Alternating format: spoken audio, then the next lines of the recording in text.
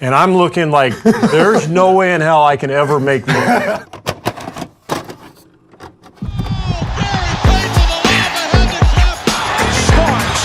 guys, this is Dominique Wilkins. Hey, this is Sean Kemp. This is Gary Payton. Hey, this is Pau Gasol. NBA fans, what's up? This is Vince Carter here. Hey, what's up? This is Matt Barnes. If you're an old school NBA fan like I am, make sure you check out the Basketball Time Machine with my man Sean David. Hey guys, what's good? Welcome back to the Basketball Time Machine. My name is Sean David. Welcome back to your weekly dose of old school NBA basketball. Now, as you know, for the past couple of months, I've been providing my XXL versions of NBA legends, talking about other players. And I gotta be honest, it's my favorite part about the whole NBA old school thing because I love just hearing stories from back in the days. And today's episode is gonna be the funniest stories about NBA legends told by NBA legends. And I hope you guys enjoyed it. Yes, of course, a lot of classic stories, but also some new ones that I found. I'm very sure you guys don't know all of them. Anyway, you guys, if you like the content, leave a like, subscribe to the channel, and I would say enough of that blah blah stuff. Let's get right into it.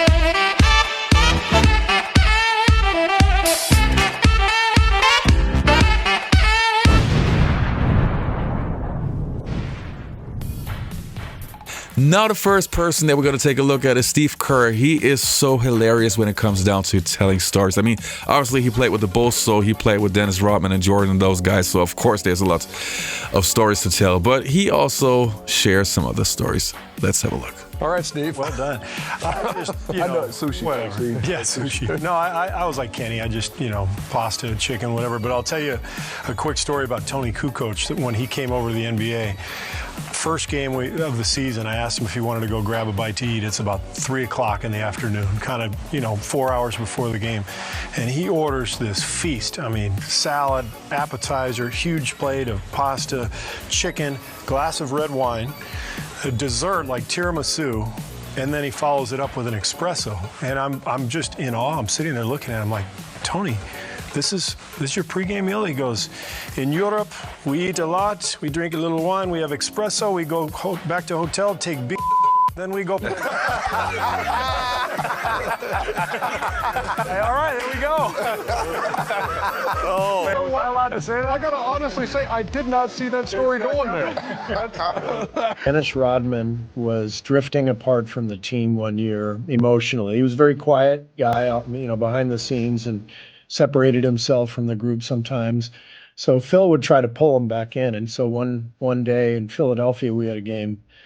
And after the game, we had that night free staying in Philadelphia. Phil came to Jud Buechler and me, and he said, hey, listen, Dennis is drifting away from the team. I want you guys to go with him to Atlantic City tonight. He chartered a bus. He's gone down there to play blackjack, and I want you guys to hang with him.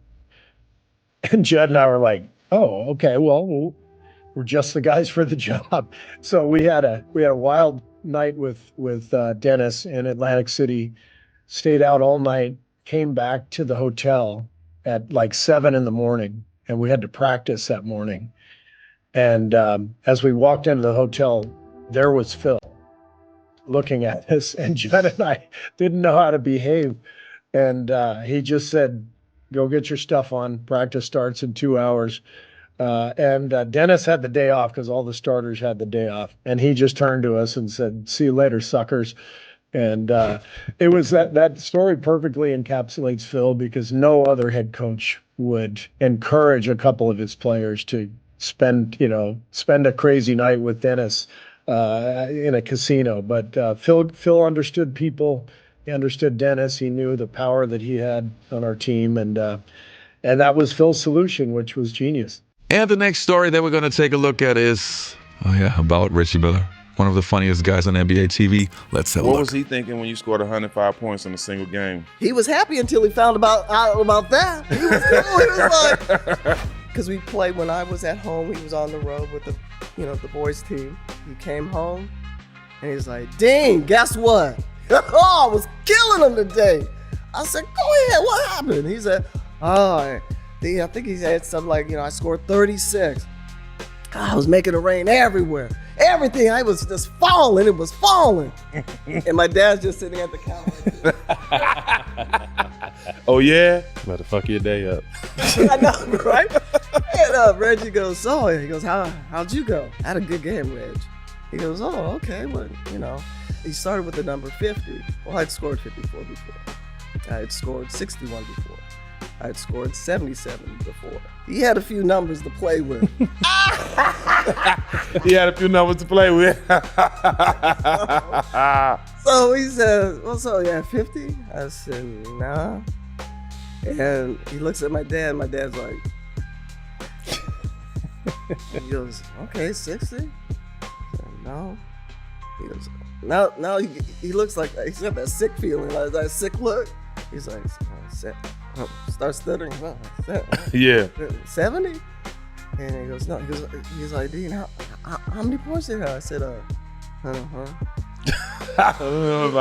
Because I gotta make it work for the number.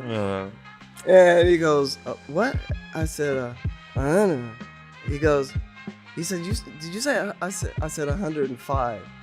And he just lets out this. He's like, Mom, I can't win.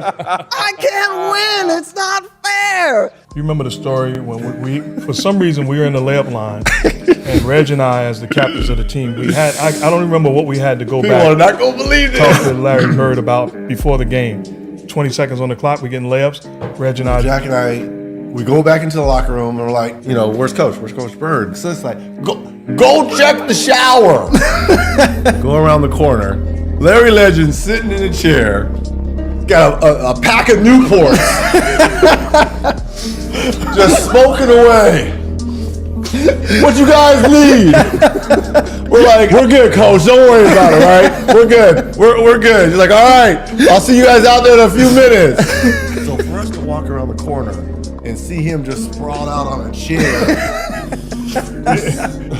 Deep inhale. Is it? What y'all need? Like, it wasn't a care in the world. Like, he was shocked, like, oh, God.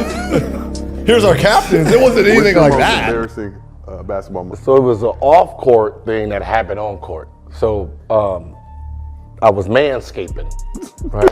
Trying to be all cute manscaping. Okay. And it was a rusted razor.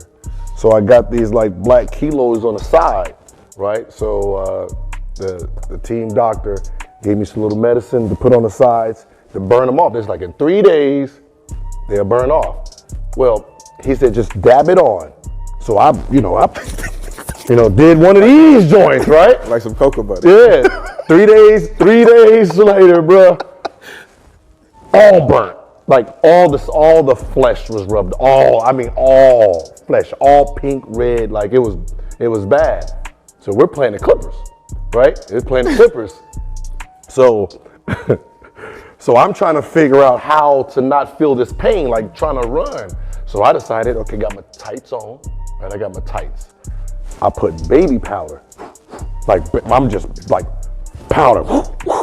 I'm trying to like cool it down. I got the baby powder. Pop, pop, pop, pop. You didn't go seek medical attention at all. You just the medical attention I seek got me this problem. So you was like, fuck them, fuck them. I got my own baby powder. So I put baby powder, right? So then I seen like baby powder like seeping through. So I said, oh shit. So what I did is got the what's the name tape? The tape we do. Yeah. So I put the tape around the thigh. Boop, boop, boop. Good. In the game, and I guess once you start sweating, start seeping, so the baby powder is seeping on white shit. Yeah, so something happened, all you see was poof.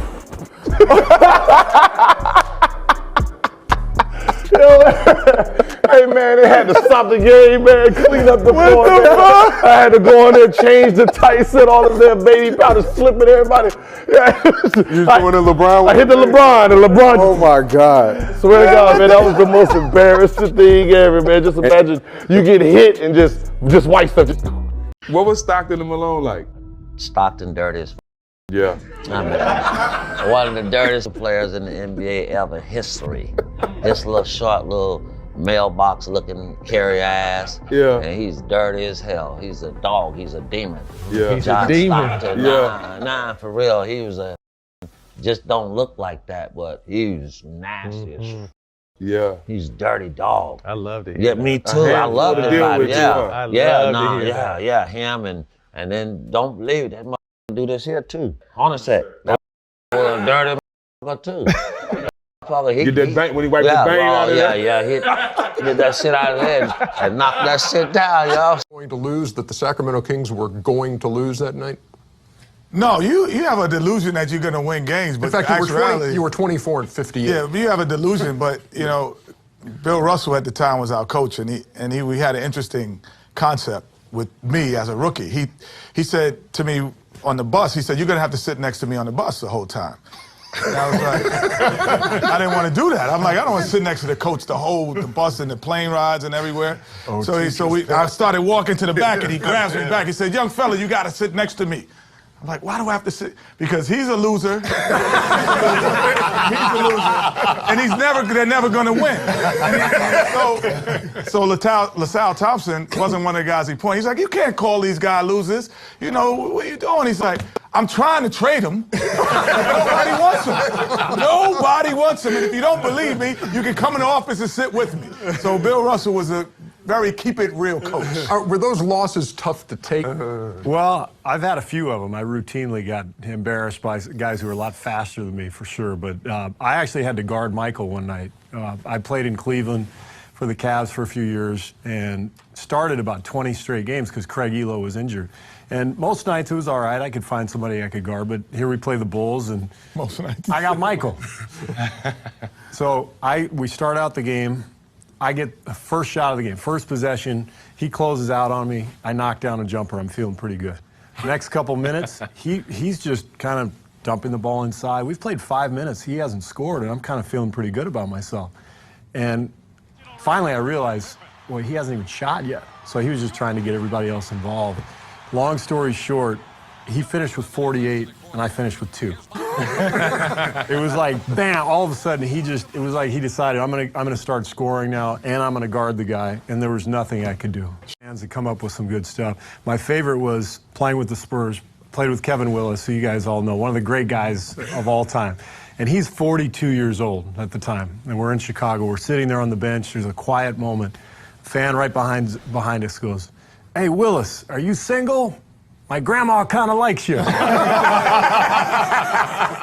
And the whole bench burst out laughing. Kevin turns around, points to the guy, and just smiles. That's a good one. But you know, you play long. I played 19 years. Oof. You come across a lot of characters. A lot of years. But you know, for me, hands down, it was Shaquille O'Neal. I mean, most of the stories I can't repeat most of the stories.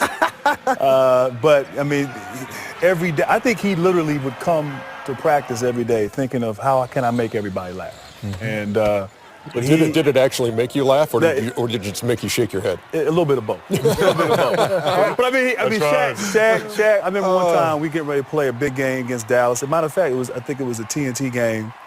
We're fighting for playoff position, and after the pregame meeting, you know, I go in the bathroom, I come out, and Gordon Girachek is laid out on the floor. And like the trainers are like trying to wake him up, you know. Shaq choked him out.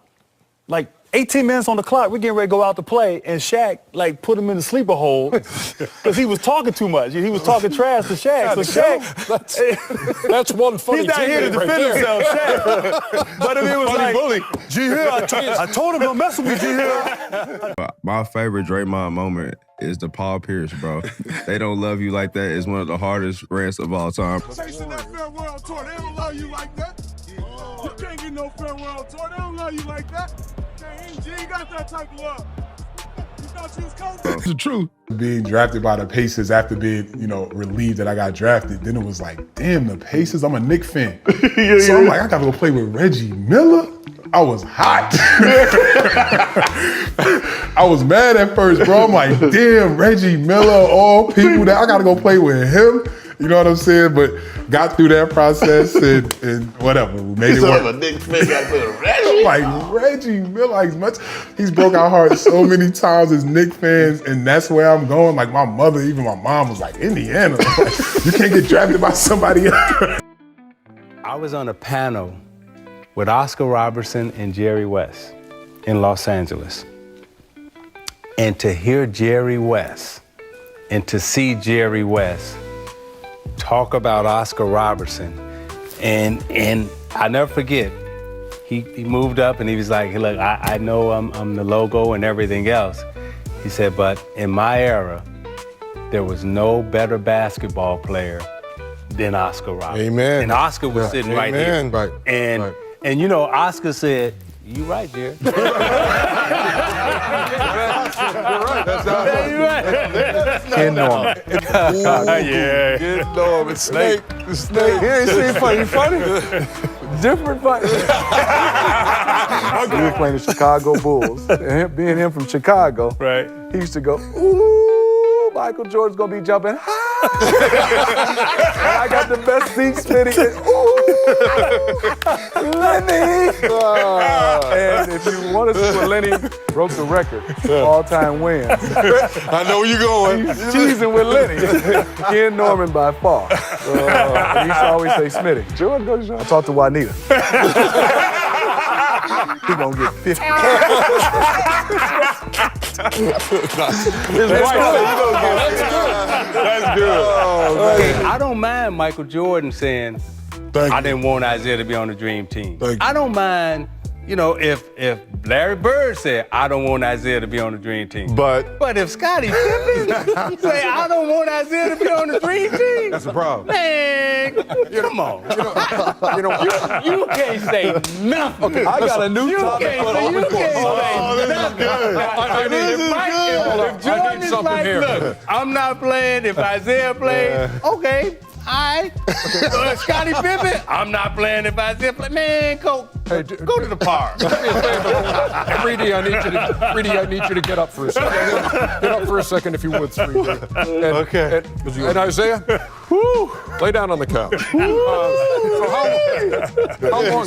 So how long have you been harboring this, Isaiah? Are you feeling better now that it's come out, Isaiah? Well, you know, Ernie, it's been a while. It's been on my mind, for about, 25 years right now. Does this feel like a weight is being lifted off of you? Well, yeah, because I finally get to talk about it and just, the whole dream team experience. And again, I got no problems with, the greatest player to ever play say he don't want to play with me, or Magic saying he don't. But anybody below them talking about they don't want to play with me? Anybody? Excuse me, Mr. Thomas. And I say below them? Mr. Thomas. Yes. Your hour is up. I'm sorry. To me, he was the first, no offense, Brent, he was the first white guy with style and flair that I've seen. So why would I take offense to that comment? Because you're a white guy. Well, hold on, Ernie. No, but Ernie's white. Ernie is not white. Ernie is not white. Ernie is light skinned. He's what? Ernie is light skinned. Ernie, what up, cuz? What up, boy? When you look at the 80s and I look at Jordan, like it was like when he walked in, it was like, damn.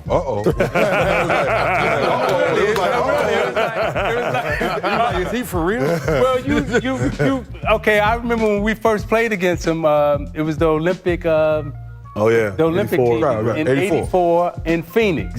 And they was doing the pros coming to play against the Olympic team. And I remember Coach Knight saying, Coach Knight was coaching him, he said, this one a little different now. That's what the old school coach, this one a little different now. And so, in Phoenix, it was hot in the summer, and you watch guys dunking and everything, but he had a different kind of bounce, jumping and dunking, and I was like, okay, all right, that's kind of nice. And then the game started, and this dude was so fast and so quick. He was like, wait.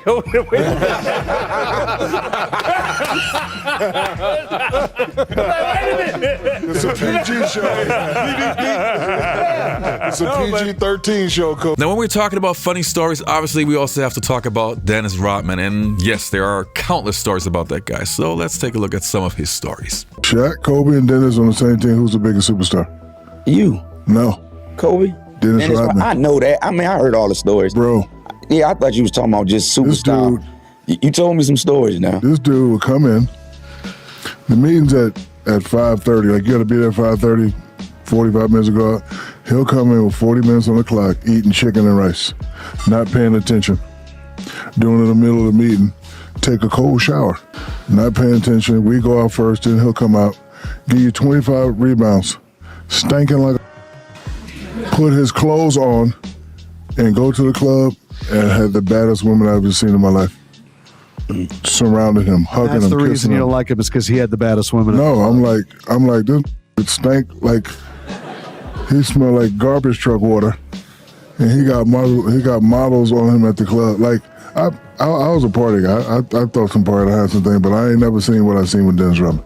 Funny story, we had Dennis Rodman. Dennis Rodman always late to practice, always late. And this is when Kurt Ramsey took over. So we used to practice at this little junior college, and someone stole Rodman's shoes. This is the first time Rodman ever made the practice on time, but he had no shoes because someone stole them. And he walked in there, like we talk about having a bad day.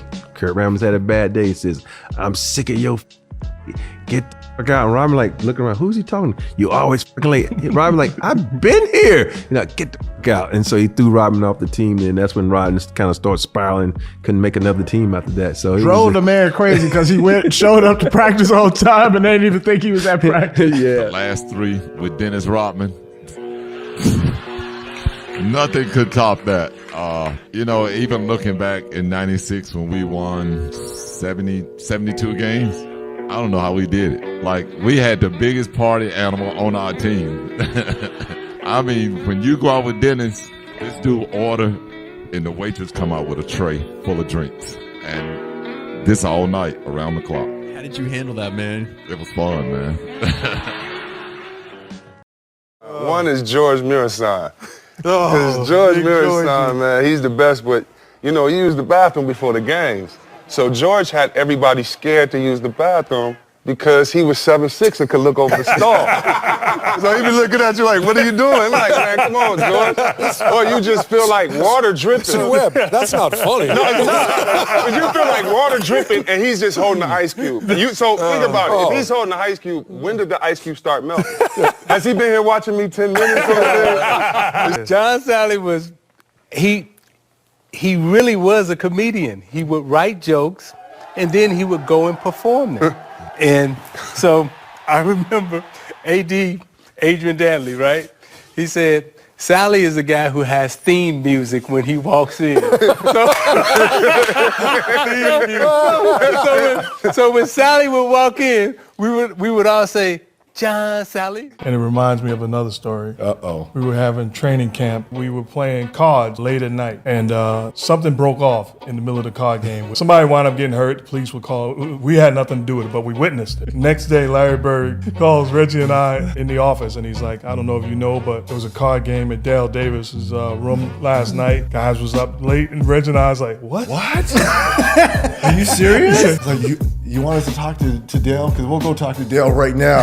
I mean, this is unacceptable. I was like, Jack, did you know anything like this? He's like, Jack, no. I was like, Coach, we'll handle it. So then we walk out to the office. I told you they were going to find out. So we had to come up with a story. He never made the press? Yeah, never made the press, but he was contemplating whether to punish Dale or not. And it wasn't until about a week later he realized that we were actually... Michael Jordan story.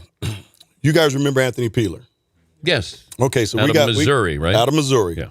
So we got the Chicago Bulls coming in town, and unfortunately, I got a sprained ankle, and so. Did you say fortunately? Unfortunately. Oh, okay. Unfortunately, I enjoy guarding Mike because he was, the one thing I did with Mike is I never got him pissed off. He make a shot, you say, "Good shot, Mike." You don't talk trash to him so he can go off for 60. You try to kill him with kindness. Yeah. You don't try to talk trash to him. So they're getting off the bus. We're done with shoot around and we're walking out. And MJ says, B. Scott, what's going on? I said, what's up, MJ? He said, man, I hear that you're not playing tonight. I said, no, I sprained my ankle. He said, who's guarding me? I said, Anthony Peeler. He said, 50. So I told Anthony Peeler, listen, MJ, he's probably going to go for about 50 tonight on you. So just don't piss him off. Just be cool. He ended up with 54. So the man could do basically whatever he wanted to do on that basketball court. When I was around Reggie, everything that Reggie did was the right way. He knew how to prepare himself. He knew how many shots he'd take after practice, how many free throws. He knew before games how he was going to warm up. And he did it the right way. I've been in the league for a long time, and And he might be the only guy, or maybe another one, that really prepared himself to play great. Not just to play, but play great. You know, I got a little story like years ago.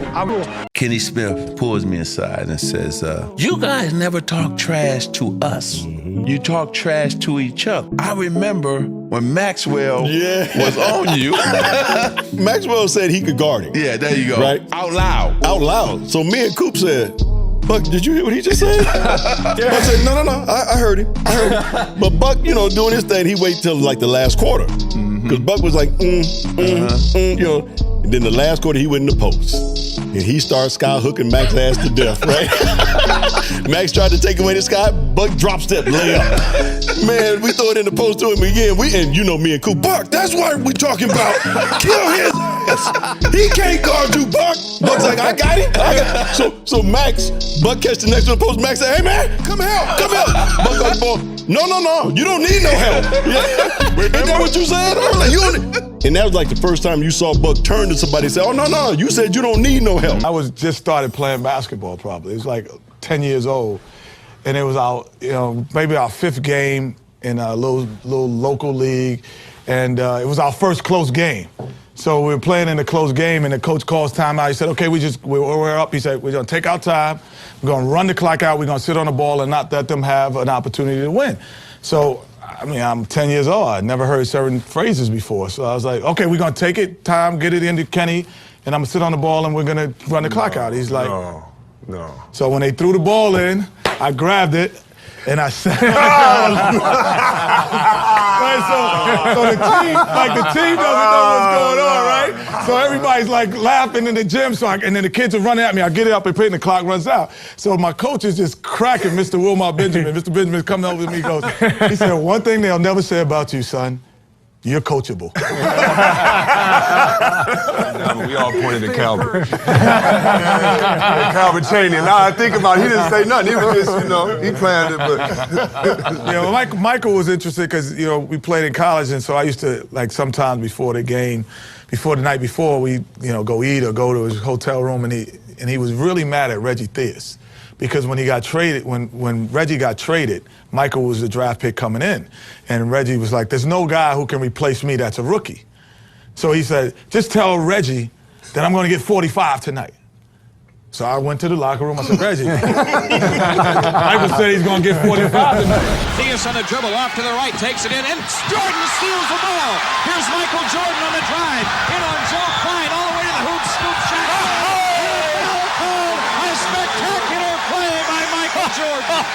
So he ended up with 43. And so he comes into the locker room. He said, I didn't get 45, but you got to come to Chicago. Like, now that's supreme confidence. The best team I ever played on. It was the most unselfish team I ever played. We had one goal. Let's win the championship. Let's win the championship. That was our only goal from day one. I knew after that first year I would never get back to the finals. Because the one thing, and I think all these guys know, we had guys start opening up restaurants. We had guys talking about wanting to get a new contract and bodyguards. Yeah, we had guys complaining about playing time, and I knew then. I says, the fabric of our team had changed. It became, instead of about us, it became about me. Like, I says, wait, we got 3 guys who weren't starters, open up restaurants. Because if you don't, guys get caught up in this thing. I had guys sitting on the bench talking, well, I should be making as much money as Kevin Johnson and Dan Marley and Charles. Like, dude, you on the bench. You don't deserve to make as much money as a starter. Then, like I say, we had guys complaining about playing time. So psychologically, I never wanted to admit it. I said, so would that be like Cedric Ceballos and Frank Johnson? Call him out. Don't say guys. Call him out. And Dan Marley's. No, Dan Marley. First call of all, him out. Dan Marley had a restaurant. Dan Marley had a restaurant, which was well deserved. We had 2 guys on the bench who opened up restaurants. What guys? I'm not throwing out the bus. What guys? Mark West? Who? Joe Klein. We'll check the Cheeks individually tomorrow, and we'll see how he's doing. A lot of people have been asking me about the shot the other night. Michael in traffic to Curl. And there have been some misconceptions about what actually happened. I wanted to clear it up. when we called timeout with 25 seconds to go, we went into the huddle.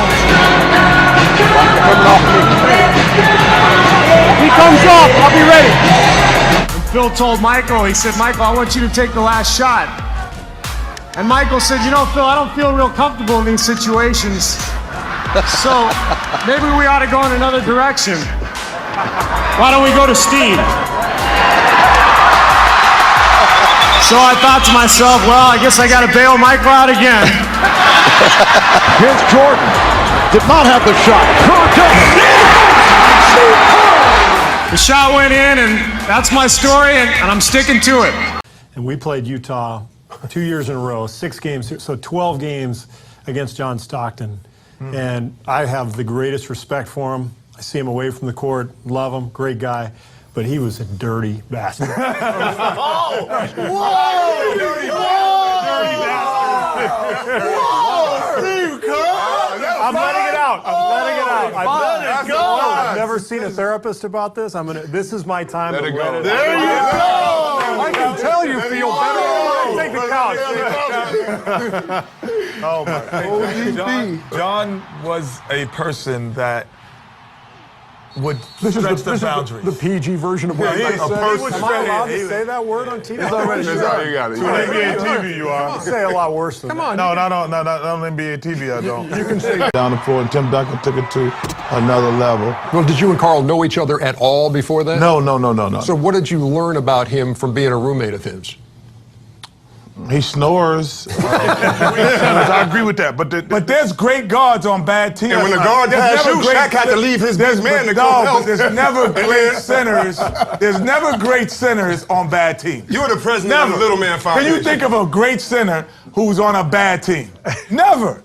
Great guards are on bad teams. Thank you very much. So are you saying Hakeem had the night off like he wouldn't, his numbers would be down? He's like, it'll be 25 easy. It'd be easy 25 tonight, and I could just sit down and go. He said I'd have to play against Shaquille, Patrick Ewing, David Robinson, and then he'd go, I got to think about it after that. You know what I wonder when I hear you tell Rick this Smith. story? Here's what I'm saying, I didn't think he put him in that list. Here's what I wonder. I would say Jay Will is one of the closest players I've ever been with because in Sacramento I did not want to be there. And so my very first practice, my mom is giving me scriptures. Oh, this is going to be a blessing. I'm like, Mom, please, I don't have enough time for that positive stuff. She's like, oh, it's just going to be a blessing. And I remember after the first practice, I was like, called, and I was like, you're right. Because Jay Will was just funny and appropriate. And so, you know how you make your rookies do everything? Right. It wasn't even fun. I'm like, Jay Will, we landed in New York. I'm like, man, you got to get off the bus. It's snowing. Only in your tights. Yeah. Go in and scream, who let the dogs out and pay for it? He would do whatever. And so one trip, we coming in Boston. It's a snowstorm. We would make him do all the things, and he was like, if I do one thing, can I be off? We were like, yeah, whatever. So we get in Boston. I'm just listening to headphones. It's cold. It's freezing. And we're like, yeah, what's going on? We get to the hotel. Everybody's checking in. Everybody's like, where's Jason? And we really can't find him. It's about maybe 3-4 minutes. And one of the ball boy goes, and we looked under the bus, picked up the thing under the bus. He's laying on the luggage up on the bus. Yes. And he was like, what are you doing? He was like, I ain't want to ride with y'all bitches up here. And he was just sitting, and he's just laying, posing, and he's ridden from the airport. Do you understand? Yes. He's our starting point guard, man. Yes. What if he would have fell out on the freeway? Pressure on Glenn Rice. So you've never won one, have you? Never won. I got to tell you this Bridesmaid. funny story. So I'm playing with Leon Wood, the official now, who's a great three-point shooter. And this Larry Bird had won like one or two in a row, somewhere in there. So I'm in here rubbing him down to get him all ready. And we're excited. I said, oh, you doing what? Hey, that is a good story. Yeah, hold on. Say it again. Say it again. After you got him ready. We're feeling pretty good about our chances, too. So everybody's sitting there. Larry Bird come in, and he says, well, which one of you guys going to come in second place? And you could have heard a pin drop in there. It was so, he mentally intimidated. He won. But when he walked in there, these were some of the best shooters. I think Ray Allen was in there. Glenn Rice might have been there. All these guys are in there. And we're like, it's a collage of years because those guys. Yeah, Ray Allen. I don't think Ray was in there. I don't think Ray was in there. Ray was not at all. That was years. Okay, John Havlicek. Greg Hodges. Okay, Hodges. 45 years old. AJ was on fire. AJ shot with Larry Bird. Never forget Rose. Dirk was great that year. Bud Webb. Clyde Frazier was in there. Earl of Pearl was in there. Hey, Chuck. Hey, Sometimes I hate working here. Sometimes I hate working here. It's one of those times I hate working here. Charles. It was disrespectful. Yeah. He'd shoot that slow ass like it's coming. And you know what? It was the most disrespectful thing. Dallas had those mics on the rims, and he shot it so high that you would be forced. It was like a slow motion sequence at the end of a movie where you're like, you contest. You turn around, the ball's not even halfway there. You're like, fuck. You just gotta wait for. It was just disrespectful. Like coming in the league and having to guard these guys was. Hell. I remember that game. I don't know if you remember that game when he shot that last minute shot, bro. Like I don't know who was guarding him, but it was in the. It felt like it was in the air for 20 minutes. The top of the key. Yes. In the garden. Yes, in the garden, bro. And I'm sitting there like, no. That was on me. You shooting a shot? You shooting a shot at me? Dennis Rodman had a brief stint here. What was that like? Oh, it's wild. I mean, I'm a big Chicago Bulls fan in the 90s there, obviously. So he was one of my heroes. And then, Cubes bought the team my second year, halfway through. And he's like, we need to make a splash here. We need to get on the map. This is a Cowboys town, and I want to bring the Mavericks back. I think I'm going to go sign Dennis Rodman. And we're like, are you serious? But he ended up doing it, and it was quite an experience. So he every time. So as a team meeting, we usually meet with Nelly, obviously with 40 minutes before the game. So the first game, we have Dennis Rodman. We're all kind of like excited he's starting. So 40-minute rolls around. He gets up. Nelly's about to start the film. Rodman gets up and goes take a shower. We're like, okay. So he comes back. He didn't see the video. He doesn't know the coverages. So he just goes out and kind of does. Sometimes he squeezes. Sometimes he hedges a little bit. Sometimes he does nothing. So I was like, okay, maybe he just did it one time. Second game, 40 minutes on the clock, he gets up and showers. So he missed all the pregame meetings before the game and had no idea about the coverages that we're doing and kind of did his own thing. And I was like, that was just his routine. At 40 minutes before the game, he was showering. And then after the game, he would just put his own gear on and would go lift hard for like an hour and a half, 2 hours. Wouldn't be with the team. Would just be find his workout room, and he had his little workout coach, and then they were just lifting heavy for like an hour and a half after the game, and then he just put on a cowboy hat with these long feathers, didn't shower, and just walked right out the arena, and the media scrum would chasing him, and he's mumbling something. It was a comedy sideshow, and then it just wouldn't work. It wasn't working well. Those couple games he was here, but it was definitely a splash. He had one arm, and I looked at him like a one-armed person, and he hit a three, and I'm like, come on. Came down, hit another three. And, the crowd getting hyped already. I'm like, all right, that's what we're doing. So I already I'm about to smack the shit out this next time he came, hit me with the nub hezzy. Hit me, whoo, and I flew. He hit the shot, everybody going crazy, everybody jumping. Da-na-na, da-na-na. Oh, welcome to the big show. Yep. Welcome to the big show. I guarantee he ain't scoring another bucket. I sat right on that right arm. The nub. I don't give a shit what kind of spin you gonna do. you can spin around in circles like a top model. You ain't like a top. No hezzy. Look, you just I don't give a fuck where you going. You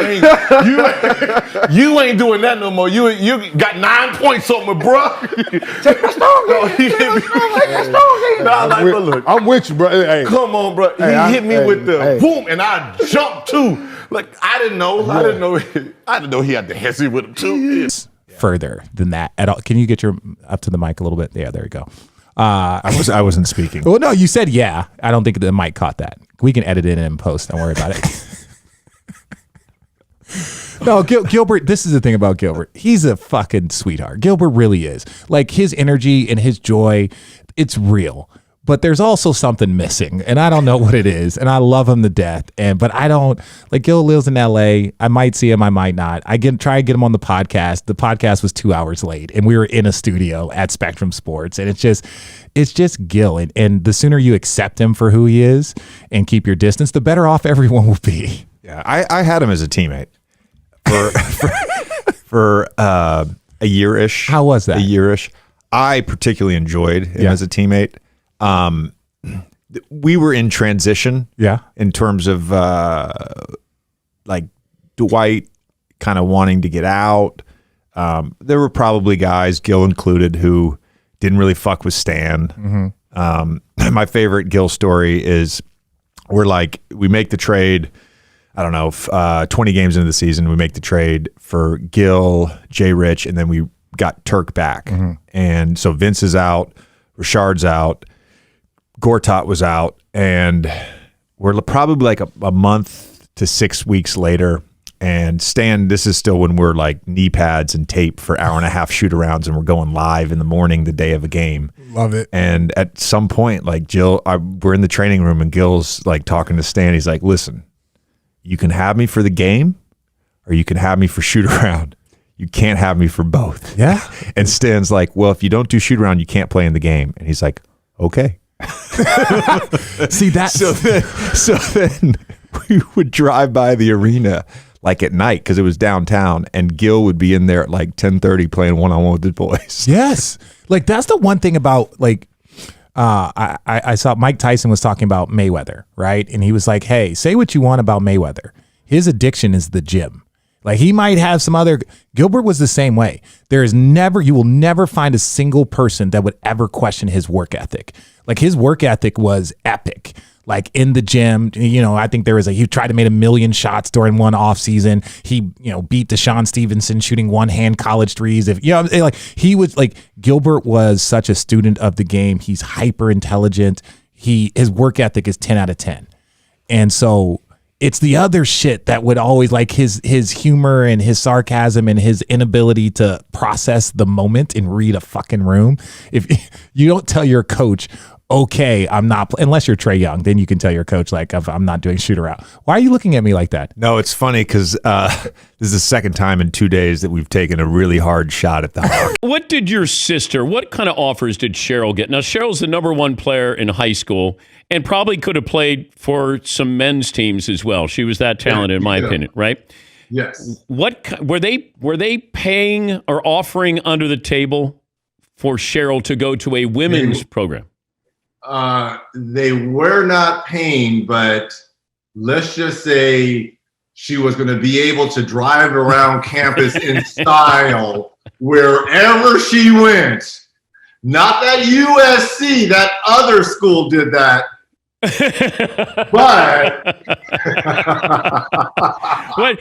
what kind of car did Cheryl drive at USC? My mind is foggy. I can't remember, Theodore. Your Zoom connection. Yeah, your Zoom connection. All I know is she used to pick me up when I was a freshman and she was a sophomore, and our rides back to Riverside were in style. But when you went to her games in high school, what was that like? They were events. They weren't games because in Riverside, when Cheryl played in high school, people came from everywhere.